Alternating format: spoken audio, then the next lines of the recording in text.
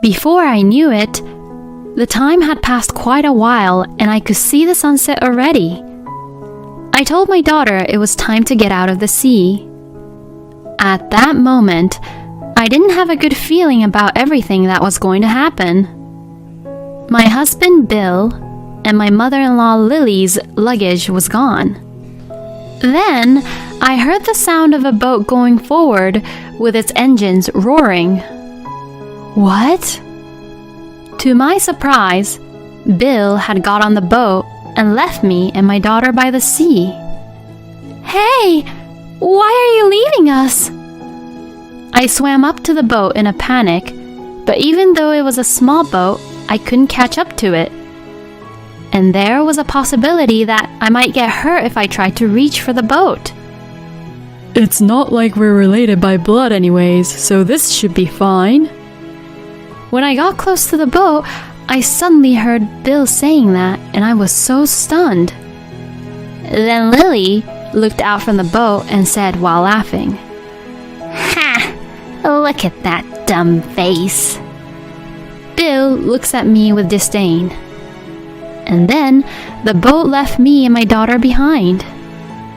My name is Lauren, and I'm a 32-year-old housewife. I live with my husband, Bill, and our 7-year-old daughter, Jessica.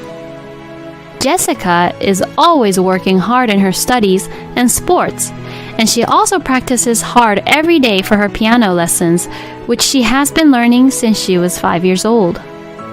Jessica is really cute, and she is my treasure. My life with Jessica is full of happiness, but things were not going so well with Bill. Bill and I met about 10 years ago. I joined the company as a new employee, and Bill was 2 years my senior. We became close when my husband took on the role as my trainer for the OJT. I was attracted to him because he worked so hard and was carefully teaching me about my job, and we naturally got into a good relationship and began dating. After 2 years of dating each other, we got married. We had a great time as newlyweds. Bill took very good care of me, and I knew that he loved me dearly. When Jessica was born, he was saying, "She's like an angel," and loved her. Because Bill loved her a lot, I thought that if Jessica says that she will get married in the future, he was going to faint or something. However, when Jessica was about 2 years old, Bill's attitude suddenly changed. He became very cold toward me and stopped caring about our daughter. I couldn't understand why. He would not talk to me and would not hold or talk to Jessica anymore. After about a month of this, I reached my limit and questioned Bill. "Hey, why are you so distant from me and Jessica lately? Did I do something to offend you? I don't know what's causing you to be like this, and it's really bothering me." I think I shouted something like that to Bill. That's how confused I was about the sudden change in Bill's attitude. Then, Bill calmly says this, "Because that child is not mine." What? I couldn't understand what he meant. Jessica is truly our child. What are you talking about? Jessica is definitely your daughter. I told him that, but he wouldn't listen to me. "Because she doesn't look like me at all, you know." That's not true. She's only 2 years old now, so you can't really tell, but I'm sure that her resemblance to you will become more obvious in the future. "No, you're wrong. I won't be fooled. She has green eyes. Plus, her eyes are pretty big." Huh? "I have blue eyes, so there's no way I could have a beautiful baby with green eyes like this." My husband's shallow reasoning left me in a state of shock. No, I mean, look at me. I have green eyes. So that means she has the eyes just like mine. When I said this, Bill looked a little convinced, but perhaps his pride wouldn't allow it. He didn't agree with me. You're probably trying to deceive me by saying that. That's not true. You really have to believe me. Eventually, Bill asked for some time to think about it and went back to his parents' house at that time. At that time, I remember that I began to question his thoughts and began to distrust him. I wondered if we could build a proper family together as parents, let alone a marriage. After returning back to his parents, it seemed like Bill had explained the situation only from his point of view, so Lily called me and cursed me, saying, "You slut!" After that, my in-laws and I had a discussion at their house, and we decided to do a DNA test to find out about it once and for all. Bill says, Even if we don't do that, it's obvious and I know that she's not my child. but when I insisted on having the test done, he reluctantly agreed. After the test, it turned out that she was also Bill's child. My husband looked at me unconvinced, saying, You're kidding. but my father-in-law, Pete, said, The results came out. Why don't you just admit it and apologize to Lauren? and because Pete shouted at him, Bill finally came to his senses. Lauren, I'm sorry I doubted you. I don't know what's come over me. Bill bowed his head and apologized, so I forgave him for now. I know some people would have gone for a divorce at this point, but I had become a housewife when I got married and was not making enough money, and I felt bad about taking Jessica's own father away from her, who was only 2 years old at the time. Besides, after all, I had married after having fallen in love properly, and I didn't want to just get a divorce right away. However, I would later regret that I should have divorced Bill at the time. Thus, I continued the married life with Bill, but there was a somewhat awkward atmosphere with him. Still, little by little, we began to talk more and more, and we began to feel like a married couple for the time being. However, Bill didn't seem to be able to open up to Jessica. When I say, "Come on, Bill, play with her," he says, Oh yeah. and it becomes somewhat awkward. He would play with Jessica for a little bit, but then he would immediately say, I think mothers are better for this. and passes her to me. In the end, Bill hardly ever played with Jessica as she grew up. When Jessica was about 5 years old, she was very curious and interested in many things. She read a lot of books and other things and always asked me questions when she didn't understand something. One day, she asked me about history, and I thought Bill, who was very good at world history, would be the better person to ask, so I told her that she should ask him because he knew more about it than I did. Then, Jessica ran to Bill and asked him the question.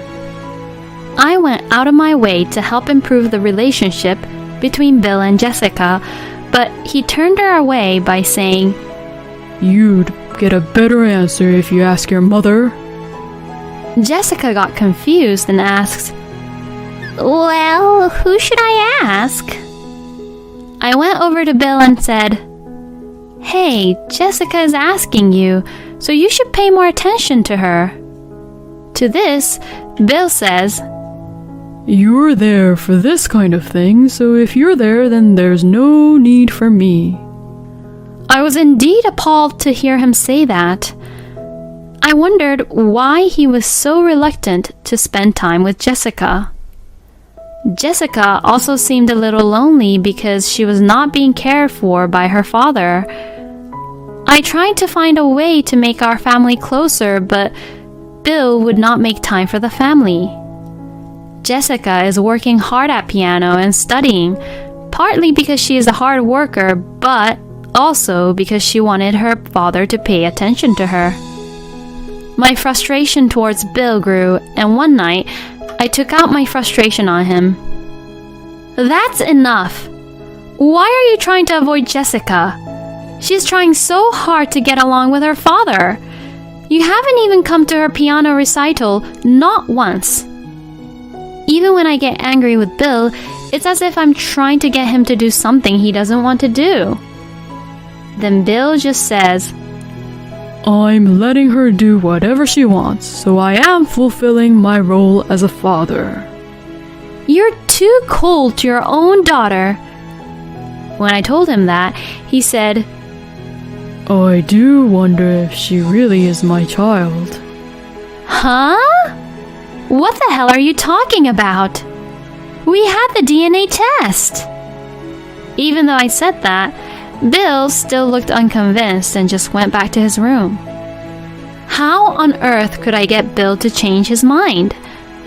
While I was worrying over this thought, Bill suddenly says, Let's go on a trip to Hawaii with the whole family. He suggested that the 5 of us, including my in-laws, and we would go on the trip together. I was happy when I heard this. Bill was finally making time for his daughter and I. Jessica would now be able to make happy memories with her own father. When we arrived there, Bill told me that he had booked a boat and took me and my daughter to the port. It was a small but magnificent boat, and I couldn't help but look forward to the day ahead as we pushed the boat forward into the sea. My daughter also looked at the boat with a bright smile. Bill also has a boat driving license, so we decided to take the boat to a nearby deserted island today. My father-in-law, Pete, wanted to buy something and to visit his friend who was living in Hawaii, so he didn't join this time. Thus, Jessica, Bill, Lily, and I decided to go to the deserted island. When we arrived to the deserted island, it was very beautiful. Jessica was very impressed. Bill had also prepared snorkeling equipment, and at first, he was happily diving into the water by himself. Then, after a little while, he invited Jessica and I to dive in with him. So I put on my gear and dove into the water, as I had done a few times before. It was Jessica's first time, so Bill was carefully teaching her. Seeing her like that made me very happy that Bill was finally becoming more like a father. Jessica also seemed happy to have her own father teach her. And soon enough, she was getting the hang of it. Bill said, I'm going to take a break. And got out of the water, so I washed my daughter to make sure she didn't go too far and enjoyed diving under into the water with her. Before I knew it, the time had passed quite a while, and I could see the sunset already. I told my daughter it was time to get out of the sea. At that moment, I didn't have a good feeling about everything that was to happen. My husband Bill and my mother-in-law Lily's luggage was gone. Then, I heard the sound of a boat going forward with its engines roaring. What?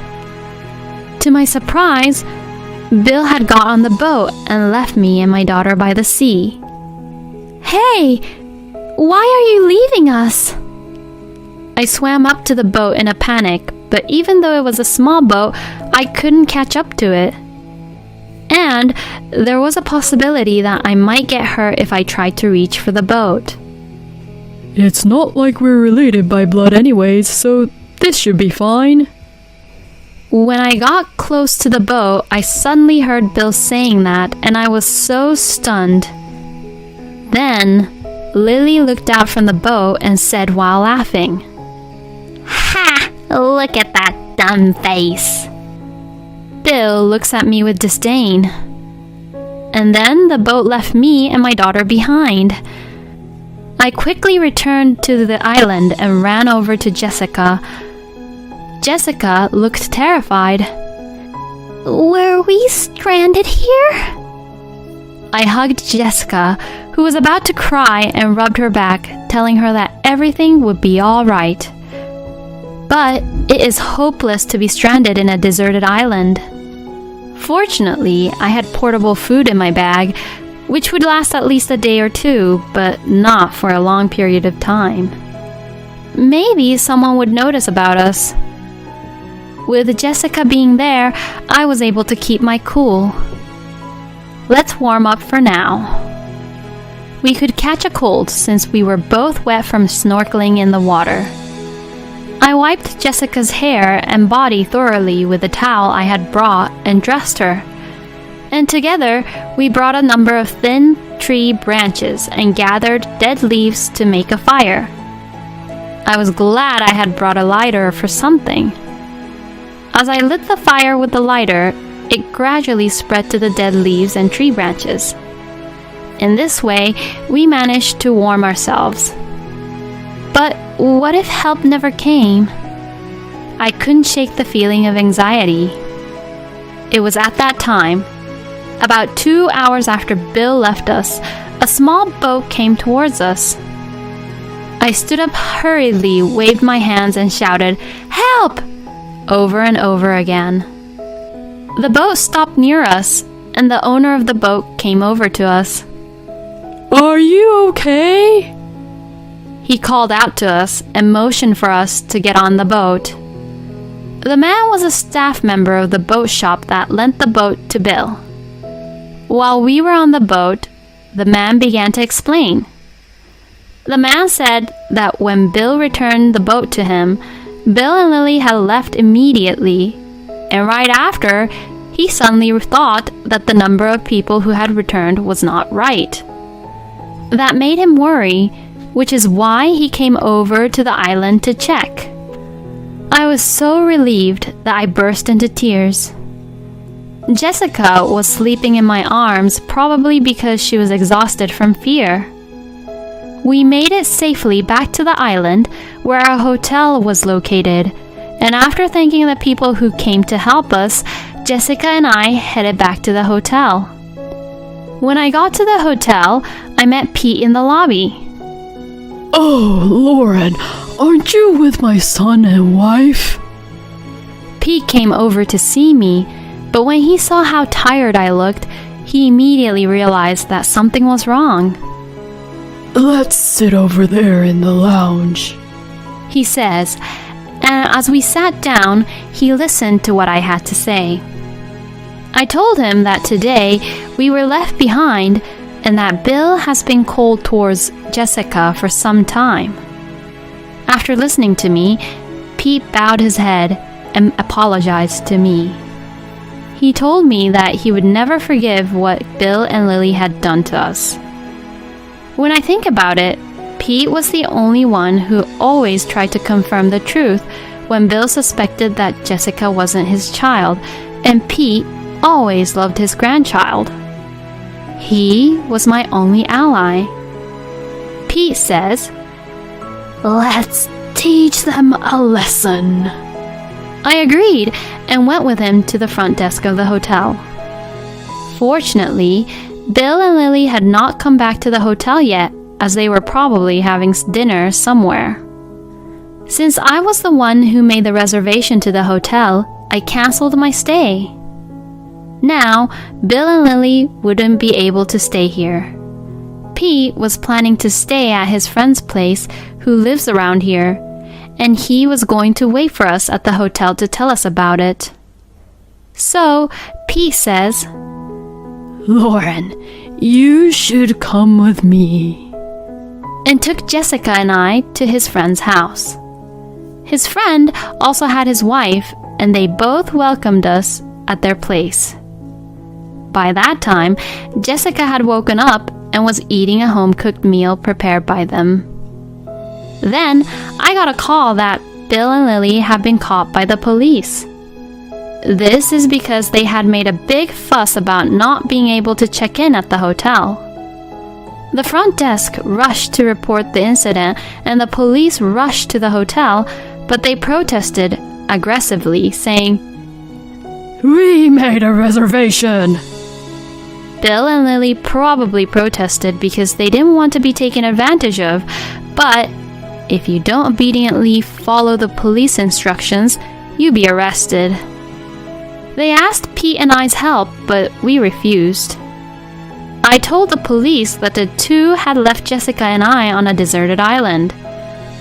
The police also took a statement from the staff who lent the boat as an evidence.